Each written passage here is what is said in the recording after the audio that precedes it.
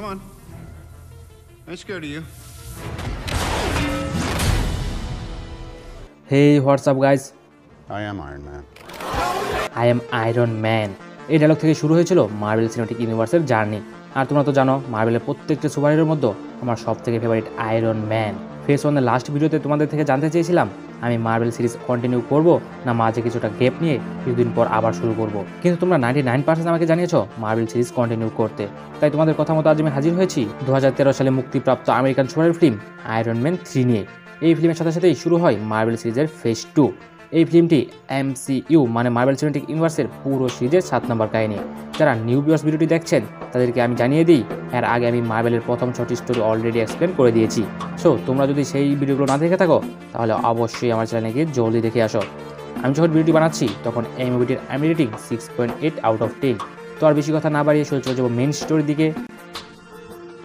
কাহিনী শুরু হয় টনি স্টার্কের একটি স্মৃতি দিয়ে, যেখানে আমরা দেখতে পাই 1999 সালের একটি নিউ ইয়র্ক পার্টিতে টনির সাথে দেখা হয় মায়া হেনচে নামের একটি সায়েন্টিস্টের, যে টনিকে জানায় সে এক্সট্রিমিস্ট নামের একটি পুনর্জন্মমূলক চিকিৎসার গবেষণা করছে, যার মাধ্যমে সে পঙ্গু আর আহত মানুষদের সঙ্গে সঙ্গে ঠিক করতে পারবে, এমনকি তাদের ক্ষমতা আগের চাইতে অনেক বৃদ্ধি পাবে।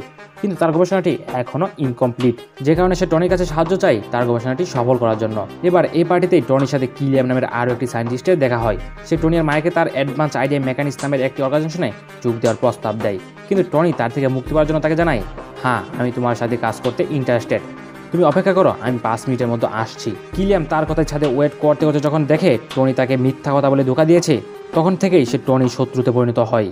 এবার এখান থেকে কাহিনী ফিরে আসে বর্তমানে 2012 ডিসেম্বরে, যেখানে আমরা দেখতে পাই নিউ ইয়র্ক হামলা, যেটি আমরা মার্বেল 6-এ দেখেছিলাম।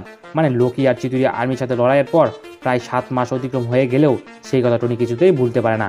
সে ঘুমের মধ্যেও ওই সব ছবি বারবার দেখতে থাকে, এমনকি এই একই কারণে তার প্যানিক অ্যাটাক হতে শুরু করে।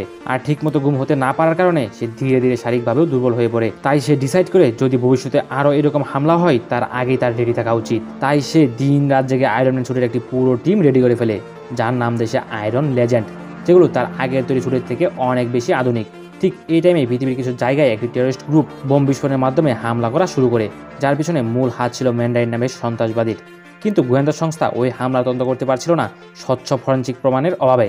এবার টনির বডিগার্ড ঠিক এরকম একটি বোম বিস্ফোরণের ফলে গুরুতর চোট পেয়ে কোমায় চলে যায়।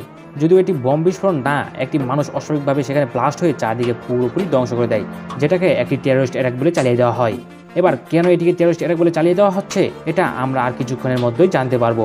এবার যেহেতু ওই বিস্ফোরণটা একটি টেররিস্ট অ্যাটাক বলে চালিয়ে দেওয়া হয়েছে, তাই টনি স্টার্ক তার বডিগার্ড হ্যাপির এই অবস্থা দেখে রেগে গিয়ে ম্যান্ডারিনকে সাংবাদিক সামনে ওপেন চ্যালেঞ্জ জানায় আর বলে, আমি তোমাকে ভয় পাই না, সাহস থাকলে আমার ঠিকানায় এসে আমার সাথে দেখা করো। এবার টনি বাড়ি ফিরে জার্ভিসের সাহায্যে ম্যান্ডারিনের খোঁজখবর নিতে শুরু করে, কিন্তু এই টাইমে তার বাড়িতে এসে হাজির হয় মায়া হ্যানসেন, যাকে মুভির একদম ফার্স্ট টাইমে আমরা দেখেছিলাম। সে টনিকে জানায়, তোমার এইভাবে ম্যান্ডারিনের বিরুদ্ধে ওপেন চ্যালেঞ্জ জানানো ঠিক হয়নি। ঠিক এই টাইমেই পেপার এসে টনিকে জানায়, হ্যাঁ আমরা এখান থেকে কিছুদিনের জন্য অন্য কোথাও শিফট করব। যে কথায় টনি একদমই রাজি হয় না। আর তাদের এইসব কথাবার্তার মধ্যেই ম্যান্ডারিনের কিছু লোকেরা হেলিকপ্টারে করে এসে তার বিল্ডিংয়ের উপর হামলা করে। এবার হঠাৎ করে এই হামলায় পেপার যাতে না হতে হয় সেই কারণে টনি সঙ্গে সঙ্গে তার আধুনিক স্যুটটি তাকে পরিয়ে দেয় আর বলে মায়াকে ওই বিল্ডিং থেকে নিয়ে বেরিয়ে যেতে। পেপার তার কথা মতো মায়াকে নিয়ে ওই বিল্ডিং থেকে বেরিয়ে যায়। এবার ওই হেলিকপ্টারগুলো থেকে অনবরত হামলার ফলে তার বিল্ডিংটি যখন প্রায় ধ্বংস হয়ে যাবে, ঠিক তখনই ওই হেলিকপ্টারগুলোর সাথে মোকাবেলা করার জন্য টনি তার স্যুটটি পেপার থেকে আবার ফেরত নিয়ে নেয়। এরপরই সে লক্ষ্য করে তার স্যুটে পর্যাপ্ত পরিমাণ পাওয়ার নেই ওই হেলিকপ্টারগুলোর সাথে মোকাবেলা করার। তাও টনি কোনো রকমের চেষ্টা করে 2টি হেলিকপ্টার সেখানেই ধ্বংস করে দেয়। কিন্তু যেহেতু তার স্যুটে পর্যাপ্ত পাওয়ার ছিল না, তাই ওই বিল্ডিংয়ের ধ্বংসস্তূপের সাথে সাথেই সে জলে পড়ে আটকে যায়। এবার টনির বাড়িটি পুরোপুরি ধ্বংস হয়ে যাওয়ায় শত্রুর পক্ষে বেঁচে থাকা একটি হেলিকপ্টার সেখান থেকে ফিরে যায়। এদিকে টনি জলের তলায় আটকে যাওয়ার ফলে তার আয়রন স্যুটটি জার্ভিসের কন্ট্রোলে পুরোপুরি অটোপাইলট মোডে চলে আসে, এমনকি এতক্ষণ তার স্যুটে যে উড়ার মতো ক্ষমতা ছিল না সেটাও আবার ফিরে আসে। তাই ওই স্যুটটি টনিকে তখনই জল থেকে বের করে সূর্য আকাশের দিকে উঠে যায়। এবার যখন টনির হুঁশ ফিরে সে দেখতে পায় জার্ভিস তাকে বাড়ি থেকে প্রায় 1000 মাইল দূরে রোজিলা নামের একটি জায়গায় নিয়ে এসেছে। এর দেখে টনি খুবই অবাক হয়ে যায় আর সে জার্ভিসকে জিজ্ঞাসা করে, কেন আমরা এখানে কেন এসেছি। আসলে যেহেতু তার স্যুটটি অটো পাইলট মোডে ছিল তাই জার্ভিস তার প্ল্যান মতোই তাকে এখানে নিয়ে এসেছে। কারণ এই ঘটনাটার আগেই টনি যখন জার্ভিসের সাহায্যে ম্যান্ডারিনের খোঁজখবর চালাচ্ছিল তখনই জার্ভিস টনিকে জানিয়েছিল তার বডিগার্ড হ্যাপি যে বোম বিস্ফোরণের ফলে আহত হয়েছে, ঠিক সেরকম একটি বোম বিস্ফোরণ এই জায়গাতে ঘটেছিল। আর ওই টাইমে টনি জার্ভিসকে ইয়ার করে জিজ্ঞাসা করেছিল, তুমি গেছো কোনোদিন রোজিলে? তখনই জার্ভিস তাকে জানিয়েছিল, আমি খুব তাড়াতাড়ি যাওয়ার ব্যবস্থা করছি। আর ঠিক এই কারণের জন্যই জার্ভিস তাকে এত দূর নিয়ে এসে হাজির করেছে। আর এখানে আসার পরেই তার স্যুটের পাওয়ার একদমই শেষ হয়ে যাওয়ায় সে আর কোনো মতে এখান থেকে ক্যালিফোর্নিয়ায় ফিরে যেতে পারবে না। অন্যদিকে টনি স্টার্ককে খুঁজে না পাওয়ায় সেখানে উপস্থিত সবাই মনে করতে শুরু করেছে টনি টনি স্টার্ক ওই টেররিস্ট হামলার ফলেই মারা গেছেন। এবার টনি তার ওই ছুটি টানতে টানতে একটি বাড়ি গ্যারেজে এসে হাজির হয়, আর সেখানেই হার্ডি নামের একটি বাচ্চার সাথে তার পরিচয় হয়। এবার তার সাহায্য নিয়েই আয়রন ম্যান ছুটি চার্জ করতে দিয়ে ওইখানে যে জায়গায় ওই রকমই বোম বিস্ফোরণ ঘটেছিল সেই জায়গাটিকে দেখার জন্য গিয়ে উপস্থিত হয়।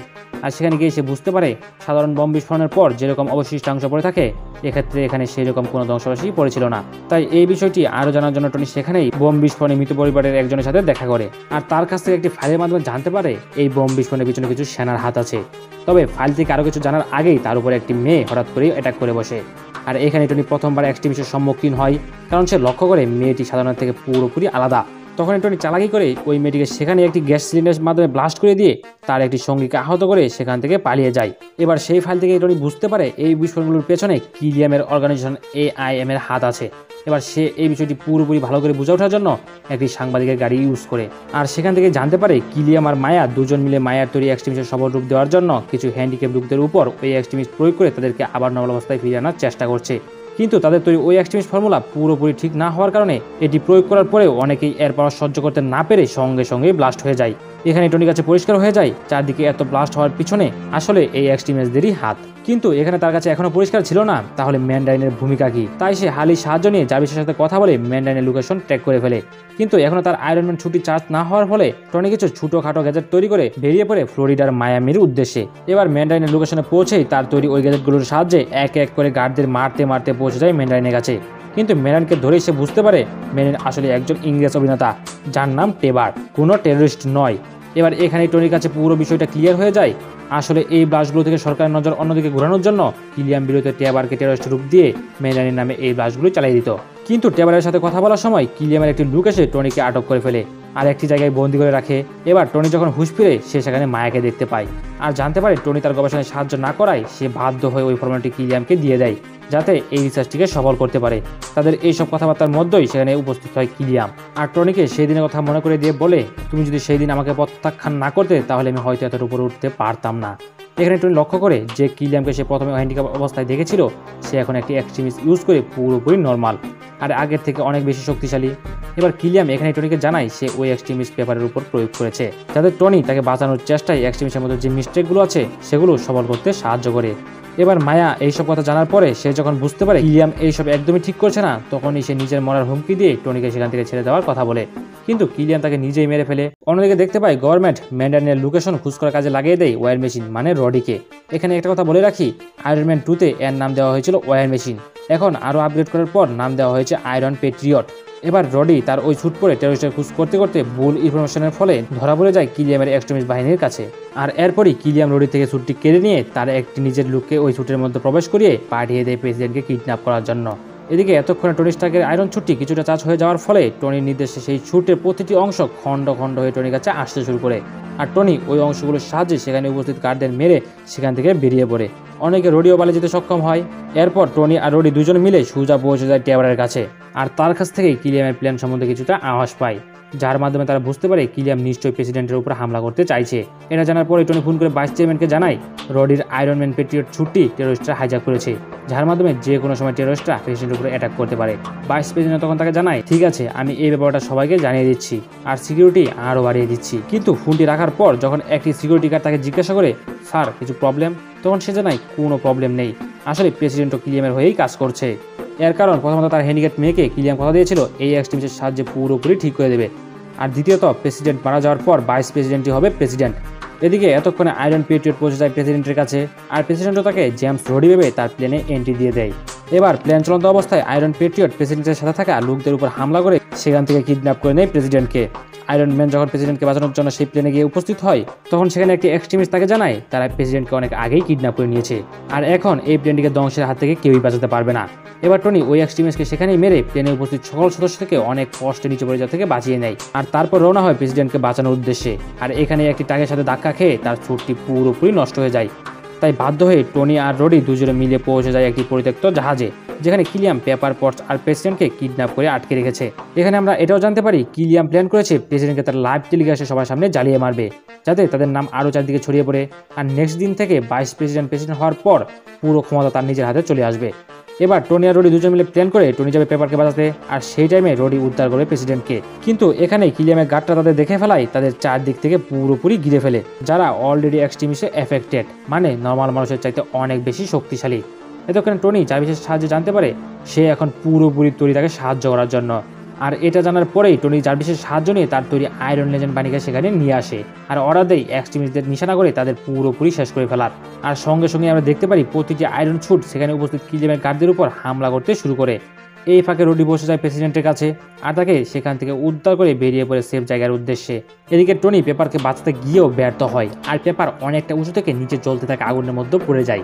এই টাইমে তার সামনে মুখোমুখি হয় কিলিয়াম, ফলে দুজনের মধ্যে শুরু হয় লড়াই। যেহেতু কিলিয়াম এক্সট্রিমিস্টে এফেক্টেড ছিল, তাই আয়রন ম্যান তার ক্ষমতার সামনে কিছুতেই বেরিয়ে উঠছিল না। আর কিলিয়াম এক এক করে আয়রন লেজেন্ডের এক একটি স্যুট ড্যামেজ করে দিচ্ছিল। কিন্তু লাস্ট টাইমে আমরা দেখতে পাই আয়রন ম্যান তার তৈরি মার্ক 42 স্যুটটি কিলিয়ামকে পরিয়ে দেয়, আর জার্ভিসকে অর্ডার দেয় স্যুটটি পুরোপুরি ধ্বংস করে ফেলার জন্য। মার্ক 42 ব্লাস্ট হওয়ার পরেও আমরা দেখতে পারি কিলিয়াম এখনো পুরোপুরি মারা যায়নি, তাই আহত অবস্থাতেও সে আবারও টনির উপর হামলা করতে আসে। কিন্তু এই টাইমে আমরা দেখতে পাই পেপার সেখানে হাজির হয়ে কিলিয়ামকে মেরে টনিকে বিপদের হাত থেকে রক্ষা করে। এবার এখানে প্রশ্ন হলো, অত উঁচু থেকে আগুনের মধ্যে পড়ে গিয়েও সে কিভাবে বেঁচে রয়েছে? আসলে কিলিয়াম তাকে কিডন্যাপ করার পর যেহেতু তার উপরে এক্সট্রিমিস্ট প্রয়োগ করেছিল, এই কারণে অত উঁচু থেকে আগুনের মধ্যে পড়েও এখনো বেঁচে আছে।